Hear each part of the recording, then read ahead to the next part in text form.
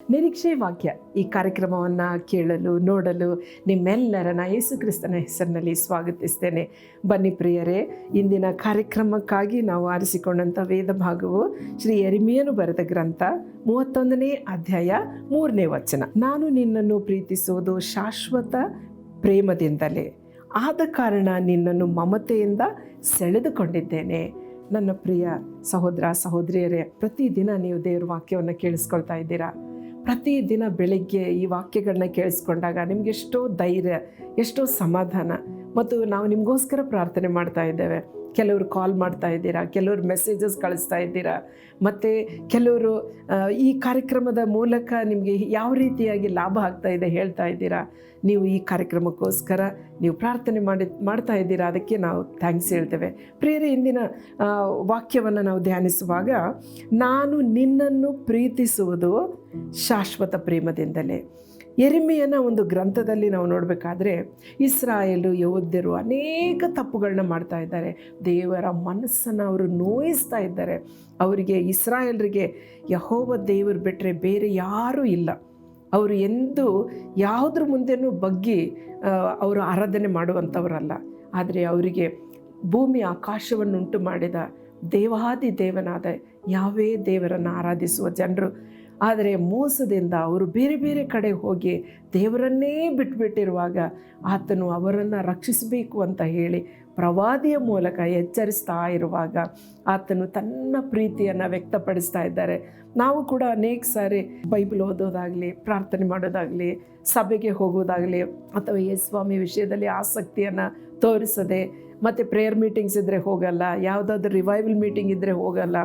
ಆದರೆ ನಮಗೆ ಬೇರೆ ಬೇರೆ ಮೀಟಿಂಗ್ಸಲ್ಲಿ, ಪಾರ್ಟಿಗಳಲ್ಲಿ ನಮಗೆ ತುಂಬ ಆಸಕ್ತಿ ಇರುತ್ತೆ. ಆದರೂ ಕೂಡ ದೇವರು ನಮ್ಮನ್ನು ಬಿಟ್ಕೊಡಲ್ಲ. ಅದಕ್ಕೆ ಈ ವಾಕ್ಯದಲ್ಲಿ ಇಸ್ರಾಯೇಲ್ರು ದೇವರನ್ನು ತ್ಯಜಿಸಿದ್ರು ಕೂಡ ಆತನು ಹೇಳ್ತಾ ಇದ್ದಾನೆ, ದೇವರ ಒಂದು ಪ್ರೀತಿ, ನಾನು ನಿನ್ನನ್ನು ಪ್ರೀತಿಸಿರುವುದು ಶಾಶ್ವತ ಪ್ರೇಮದಿಂದಲೇ.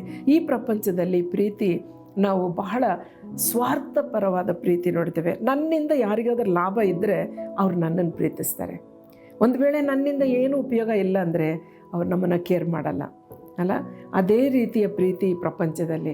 ಆದರೆ ನಮ್ಮಿಂದ ದೇವರಿಗೆ ಏನೂ ಲಾಭ ಇಲ್ಲ. ಆತನ ನಮ್ಮನ್ನು ಉಂಟು ಮಾಡಿದ್ದಾನೆ, ತಂದೆಯಾಗಿ ನಮ್ಮನ್ನು ಪ್ರೀತಿಸ್ತಾ ಇದ್ದಾನೆ. ಆದರೆ ಆತನ ಪ್ರೀತಿ ಶಾಶ್ವತ ಪ್ರೇಮ, ಚೇಂಜ್ ಆಗಲ್ಲ. ಮನುಷ್ಯರು ಒಂದೊಂದು ನಿಮಿಷಕ್ಕೆ ಚೇಂಜ್ ಆಗ್ತಾರೆ. ಇವಾಗೆ ಪ್ರೀತಿಯಿಂದ ಮಾತಾಡಿದವರು ದಿಢೀರ್ನೆ ಅವ್ರು ಏನು ಮಾಡ್ತಾರೆ, ಕೋಪದಿಂದ ಮಾತಾಡ್ತಾರೆ, ಬೈದು ಬಿಡ್ತಾರೆ, ಮನಸ್ಸು ನೋಯಿಸ್ತಾರೆ, ಕಠಿಣವಾದ ಶಬ್ದಗಳನ್ನ ಉಪಯೋಗಿಸ್ತಾರೆ. ಆವಾಗ ನಮಗನ್ನಿಸ್ತದೆ ಈ ಪ್ರೀತಿ ಶಾಶ್ವತ ಪ್ರೀತಿ ಅಲ್ಲ, ಇದು ತಾತ್ಕಾಲಿಕ ಪ್ರೀತಿ.